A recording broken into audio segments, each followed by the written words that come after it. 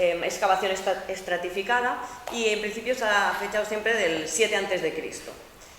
Cuando presentamos el trabajo final de máster y contactamos con el Museo de Israel, puesto que en principio estaba allí este sello, parecía que estaba perdido. Lo que hace poco pude estar con la nueva conservadora de la Edad de Hierro, la profesora Pirkei Eyal, y sí que tienen este sello, está en los archivos y la numeración es correcta, o sea, el sello existe. Y nos interesaba este sello, puesto que tenía 2 registros epigráficos interesantes. Aquí traigo un dibujo de lo que sería la bula, el producto del sello. El sello es en piedra y se estamparía en barro, creando pues, esta certificación de alguien que envía una carta, un producto, un bote de aceite. En este caso podemos leer 2 registros de escritura. El primero, Le Shoher, perteneciente a Shoher, nombre propio, y en el segundo registro podemos leer Janosés, el portaestandarte. Esta lectura ya la hacen Abigat y Sas en un corpus en el 95 y Gesprin en este corpus que analizamos en esta asignatura también lo traduce así, pero siempre con una duda, siempre con un interrogante. Entonces empezamos a investigar por qué este interrogante.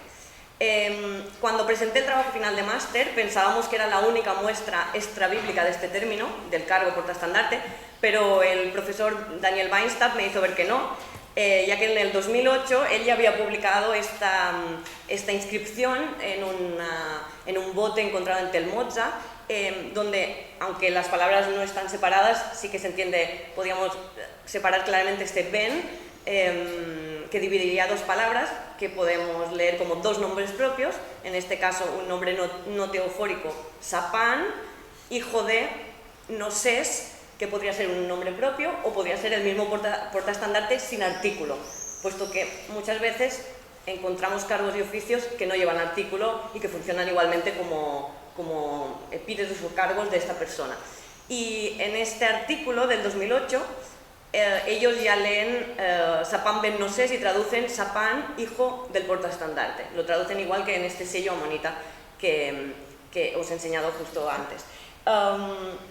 Y también dicen que no es extraño que en un sitio como Tel Motza encontremos un funcionario público, ¿no? Como este mencionado, puesto que el sitio tiene una naturaleza administrativa, arqueológicamente se relaciona con una naturaleza administrativa. Y empezamos a ver un poco por qué este cargo era dudoso. Y encontramos que, además de estar muy poco testimoniado extrabíblicamente, bíblicamente era un apax, que lo encontramos en el versículo 10-18 de Isaías, justo al final del versículo. Encontramos este Kimsos Nosés, una conjunción comparativa prefijado a un infinitivo constructo, que va ligada a nuestro Nosés como un participio singular o sustantivo cal, como quien hace ondear o quien alza y lleva el portaestandarte. Cuando digo apax bíblico, sé que hago un poco una simplificación consciente, y cada vez que digo apax lo hago pensando en que sale una sola vez en la Biblia escrito de esta manera, pero hay algunos estudiosos como Casanovic o Greensbach que afirman que existirían los apax, pero también los apax absolutos, que serían las palabras que no pueden derivar su formación específica a partir de otras, raíces totalmente nuevas. En este caso, Nosés sí que lo encontramos en la Biblia muy testimoniado como Nes, el sustantivo bandera, estandarte, a veces milagro, puesto que el estandarte se asimila un poco al milagro y a veces se traduce como hacer milagros, por esta relación con la enseña, con algo milagroso. Esto también lo encontramos. Y también otros elementos como un participio fitpolel, en Zacarías 9:16, que se traduce justamente por esta relación con el milagro como refulgentes, en este caso, midnosesot. Y para entrar muy rápido en el tema del APAX, he traído 2 códices. El primero, el códice de Leningrado, que si lo vemos puesto en amarillo, no sé si se ve el Nosés, vale, que no está marcado como un APAX, pero en cambio, si vamos al códice de Alepo, que es algo más antiguo que el de Leningrado, pero está incompleto, la parte del Génesis está incompleta, sí que vemos un Quirquelus supralineal y una Lamed marginal LED, que marcado en azul, marca de Apax. Tampoco lo marca como Apax, por ejemplo, la Biblia hebraica stuttgartensia. Entonces vemos como que los que introdujeron la masora en Alepo, los que lo hicieron en Leningrado, consideraban que el matiz podía ser distinto, ¿no? Entonces esta palabra no hay un consenso en marcarla como Apax. Y tampoco habrá un consenso en su traducción, ya que este versículo, la parte final, se traduce de tres formas distintas en multitud de Biblias. Se traduce el Kimsos siempre como en el desfallecer o está desfalleciendo, y luego se traduce en el desfallecer del que huye, con un matiz de alguien que cae y está huyendo, que se enmarca en este versículo, forma parte del libro de Manuel, digamos, la parte de Isaías, que creo que va del 7 al 12, del 7 a 12, al capítulo 12, que habla de una ciudad que está en un hundimiento o un declive, y esta ciudad necesita hundirse para hacer triunfar el proyecto de Dios luego.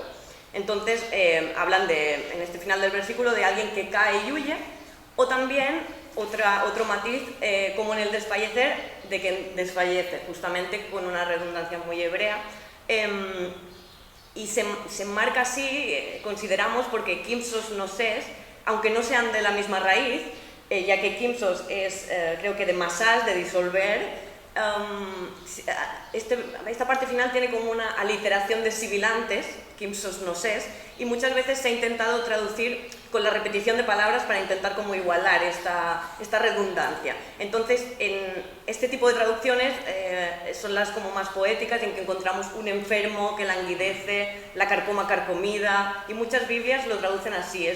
Esta segunda traducción es la más usual en las Biblias. Y luego hay un grupo de Biblias que utilizan la misma traducción que nuestra inscripción de Telmosa y nuestro sello amonita, que sería como cuando desfallece el portaestandarte, quien lleva la seña de la ciudad.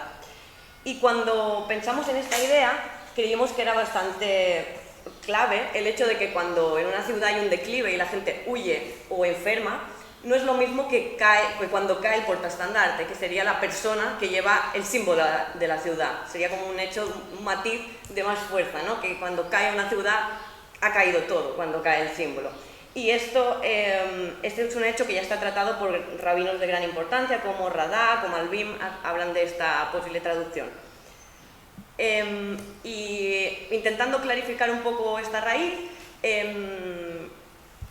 la enmarcamos en una posible raíz muy antigua, biconsonántica, protosemítica, y que se como explicó ya la doctora Bernet en su tesis doctoral, estas raíces biconsonánticas se habrían extendido a tres consonantes para igualar, para que la apofonía vocal funcionara de forma regular. Entonces, esta raíz es doblemente particular, podemos decir, porque es geminada y además es prima de nun. Y creemos que es una raíz muy antigua, está testimoniada en multitud de lenguas semíticas y tendría un matiz onomatopeico y de movimiento, como este movimiento adelante y atrás. Y la separamos en dos posibles raíces que derivarán de esta raíz biconsonántica protosemítica y que las llamamos nun samech samech 1 y 2. El 1 tiene el matiz del enfermo, como en latín el infirmus, el quien no está firme, quien cae, quien desfallece, quien está débil. Y luego un segundo matiz con el mismo movimiento, quien ondea, quien hace volar, y creemos que es de esta nun samech samech 2 que derivará este participio, quien hace ondear el portaestandarte, como un cargo administrativo y funcionarial del antiguo Israel. Luego, de forma más tardía, derivará una raíz nominal de verbal, bandera, estandarte, como hemos visto sale mucho en la Biblia, también milagro. Y luego, aún más tardío, encontraremos otro verbo que derivará de este sustantivo que había derivado del primer verbo, que será agruparse debajo del estandarte, hacer milagros. Pero creemos que en este caso el versículo es el participio del nun samech samech 1, el primero, el quien alza la seña, el estandarte. Entonces, para ver un poco las traducciones bíblicas, muy rápido, según Rivera, tanto el Targum como la Vulgata ya traducían esta raíz verbal, pero la hacían de la raíz verbal cóncava nus, huir. Por eso en la Septuaginta encontramos Jofeu Goon y en la Vulgata encontramos prófugus, y también en el Targum arameo encontramos un participio pasivo arameo arik, o fugitivo. Esta sería una parte de Biblias que traducirían la primera traducción de cuando desfallece el fugitivo.